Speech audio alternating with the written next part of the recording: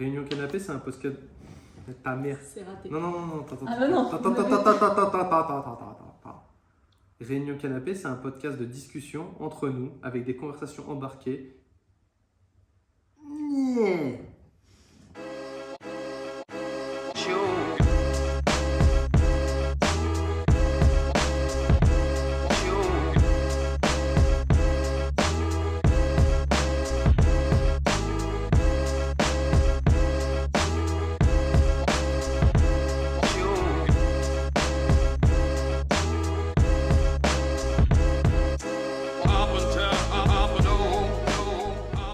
Je me suis fait opérer hier, donc des dents de sagesse. J'ai pas de joues de hamster, mais j'ai les joues un peu roses.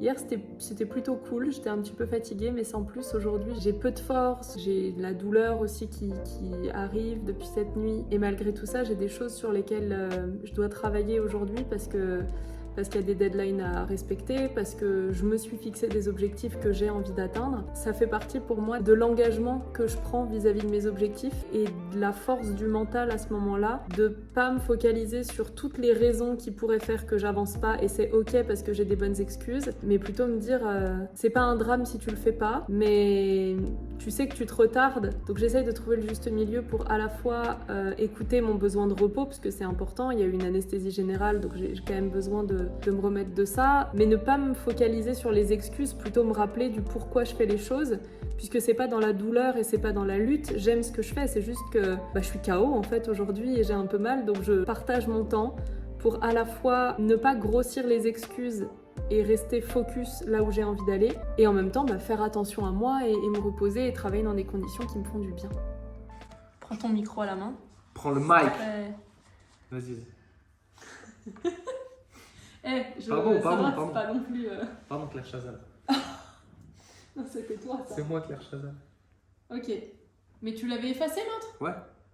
Putain, donc je dois tout redire alors que le début, il était pas mal. Ah, pardon. Non, mais attends. C'est pas grave. Non, mais il est dans les trucs je sais, supprimés. mais c'est pas grave, je vais le refaire. Allez. C'est Mathieu et Laurie. Tu fais rien et tu me mets la pression. Vas-y, je vais faire un tour si tu veux. Moi, je trouve, si tu commences par c'est Mathieu et Laurie, c'est un peu Tom Tom et Nana. Tu sais, genre.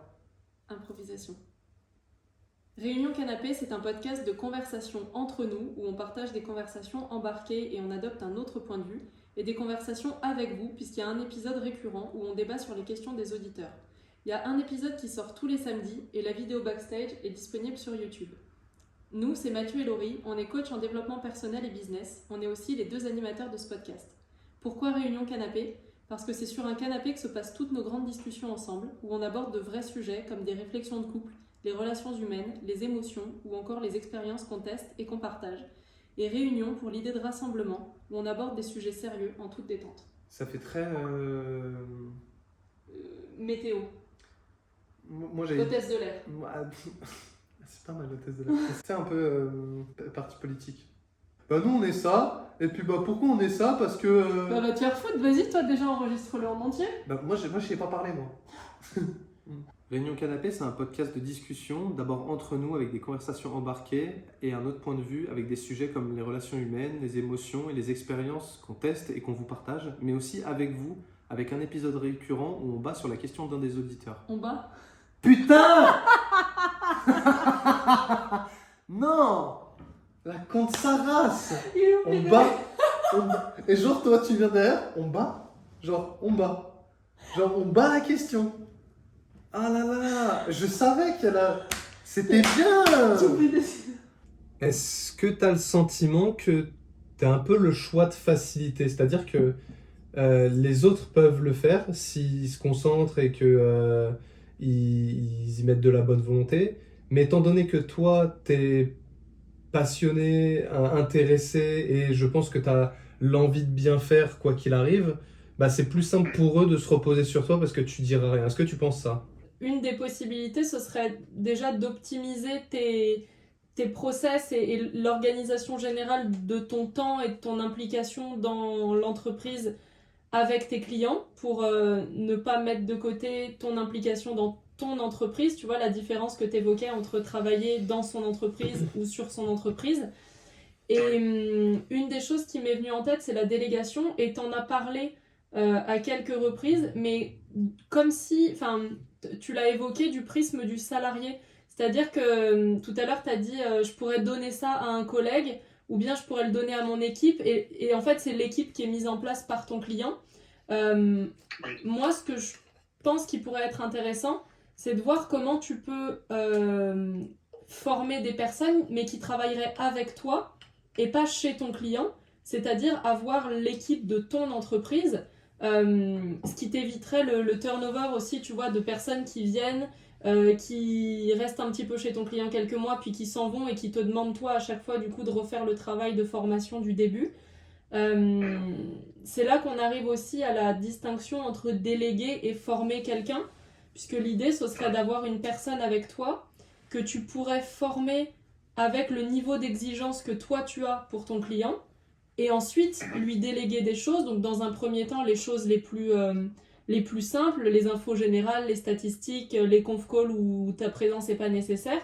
Et puis de plus en plus, comme cette personne, elle va baigner avec toi dans ta façon de travailler, elle pourra modéliser son fonctionnement sur le tien et du coup pouvoir prendre de plus en plus de missions qui sont que tu continueras de superviser, mais avec un détachement plus grand qu'actuellement, parce que ce sera une personne avec qui tu évolueras au quotidien dans ton entreprise, tu vois. Cette semaine était un peu spéciale parce que j'ai dû condenser tous mes jours de travail de la semaine sur les 2 premiers jours, ce qui fait que je me suis retrouvée avec presque une trentaine de rendez-vous entre lundi et mardi.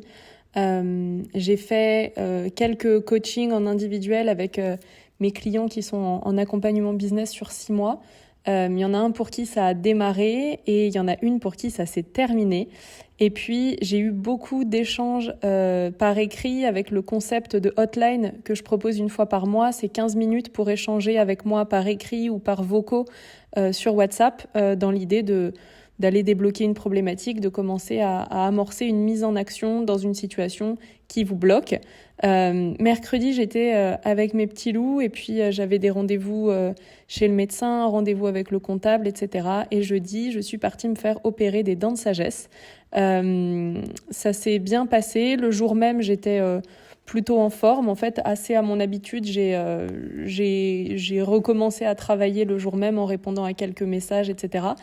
Et puis le lendemain, le vendredi, c'est là surtout que j'ai eu le contre-coup où il y a eu un espèce de moment très off dans ma journée où j'avais de l'énergie pour pas grand-chose. Donc là, ma priorité, ça va être de reprendre soin, comme je le faisais avant ça, de ma santé, de mon bien-être. Je vais reprendre les petits compléments que j'ai d'habitude pour aller détoxifier tout ça et continuer de prendre soin de moi. Sur la question d'un des auditeurs et les expériences qu'on teste et qu'on vous partage, mais aussi avec vous, avec un épisode récurrent où on bat sur la question d'un... Putain.